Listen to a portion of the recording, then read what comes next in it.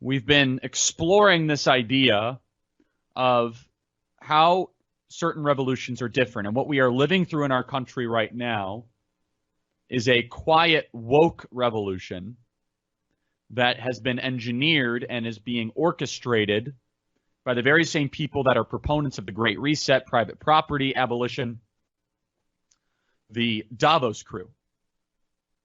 And what's very interesting about what we are living through in our country, whether it be the proliferation of critical race theory, the idea that math is racist, which is something that the Bill and Melinda Gates Foundation is funding directly, the idea that math is racist, is that this is categorically different than almost every other revolution, successful revolution, in human history. The most famous, of course, being French, Russian, Chinese, Cuban, and American Revolution, which were bottom-up revolutions. One of them I support, the other ones I do not. Because 4 out of 5, the French, Russian, Chinese, and Cuban Revolution, was not around a separation against tyranny. It was about a takeover of a current power structure and a disintegration of whatever traditions might have come before them. But this revolution is very unique. This is about the powerful trying to destroy the weak. Now, this moment we're living through right now is partly because of President Trump, because of how effective he was, because of how he exposed the other side. It's also largely because of college ideology, the college campuses that have taken over the rest of the country. What happens on college campuses is not stay on college campuses. They go to corporate boardrooms. They go to the halls of Congress. College ideology has been exported to every major power center in the country. And so I was drawing the comparison between what was happening in Iran at the planning of the Central Intelligence Agency of America with the British intelligence agencies, where the will of the people was thwarted for a specific geopolitical aim. We can look also at Nicaragua, very similarly. Vietnam. The idea of the rich and the powerful trying to influence a certain government is not new to our foreign policy history. But what is new is it happening here and happening so quickly. This entire moment that we're living through can be summarized as this. The powerful and the elite are afraid that their plunder is coming to an end. So they are mobilizing shock troops on their behalf to preempt the uprising. This is why the corporations are so heavily funding critical race theory, woke ideology, like Coca-Cola. It's not because they actually believe it. It's also partly because the corporations want to create a distraction away from their unethical practices, their relationship with China. But in addition to that, the ruling class is perpetually anxious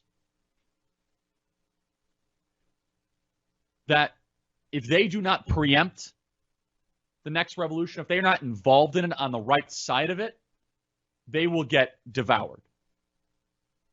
And so in anticipation that the people are going to rise up and demand equal access to tech companies, demand that China no longer makes our critical manufacturing components, to demand that vitamin C is no longer made in Wuhan, but maybe made in West Virginia, the elites decided to get ahead of it.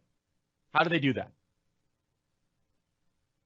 Create a hero-villain dynamic, as Tucker Carlson wonderfully said, where the villain is anyone that works with their hands in the muscular class, that didn't go to Harvard, Yale, Princeton, or Stanford,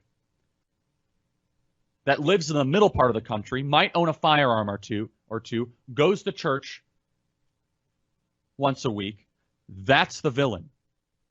The hero is Chris Cuomo. The hero is Mark Zuckerberg. The hero is the people that run our communication class and the trillionaire class partnering together to push forward this sinister ideology. This is a top-down revolt, not a bottom-up revolt. You understand how rare this is. The only place that this has happened in recent history is when our own government, the CIA, goes into other countries and tries to displace the will of their people. The working class here is the enemy. Now, but there are two things about revolutions that I believe the experts, and I use that word in quotations, know, but they're afraid to admit. Number one, revolutions are very hard to control. Revolutions can easily get out of hand. What the trillionaire class does not realize, what the academic elites do not realize, is that this pent-up anger and frustration that they are now not just allowing to occur, but they are subsidizing it, they are financing it, they are supporting it, will come for them eventually.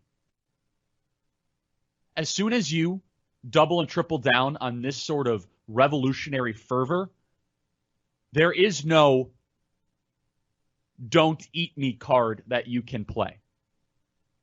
They will come for everyone, including their own. And we're already seeing that in the Andrew Cuomo story in New York. Andrew Cuomo is a white man, older, and is in the way of some of the more woke people like Letitia James taking power. Andrew Cuomo would be protected in a traditional anti-Trump, anti-conservative political environment. But now that this revolution is underway, it's time for them to start putting points on the board. And points on the board means not just removing Republicans, but also removing anyone that might represent an ideology, what they would call whiteness. But wait a second, you ask, says the Democratic donor. If the Honduran immigrants get into Colombia, who's going to work at the chicken plants? Oh, good question. We nominate the children of New York Times editors. Now, New York Times editors might not like this arrangement very much.